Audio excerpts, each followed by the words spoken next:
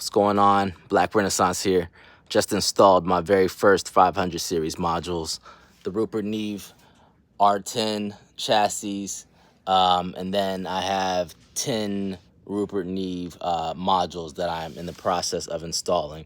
And when I installed the first one, I dealt with some issues that I wasn't expecting, and I thought I should talk about it so I can help some others out.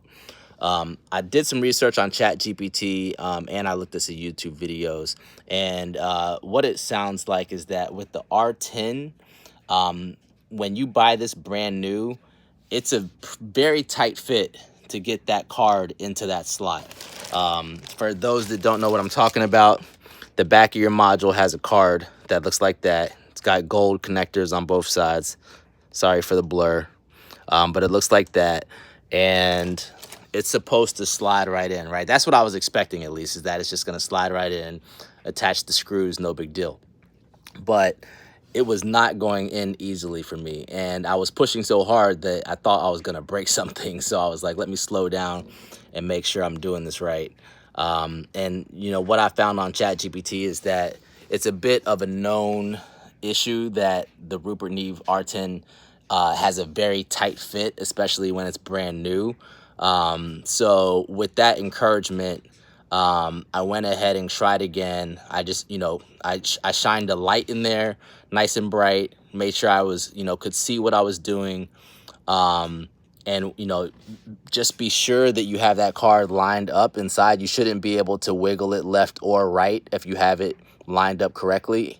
And you also want to make sure the top and bottoms are like, perfectly aligned. Use a light where you can. For the ones on the very edge, it's actually very hard to see even with the light, but you can kind of just go by feel and make sure that you just guide it in very slowly. Make sure there's no wiggle room in the back before you start applying force. The other thing is you want to avoid applying force on the middle of the faceplate. You want to, where you can, use the sides. If you're on the side position here and you can't get both sides, then what I did was I pushed it at the very top and bottom along the screw edge. And I just basically just took a deep breath, trusted that, I was doing this right, and I went ahead and pushed with some real force. And lo and behold, it did ultimately go in, and I was able to screw this in with no problem. And the very last thing I'll mention is that when you put the screws in, don't put them in too tight, because as you can see here, there's actually a little bit of wiggle room left and right, and that's actually useful as you start to install all of the others so that they all line up properly. And that's it.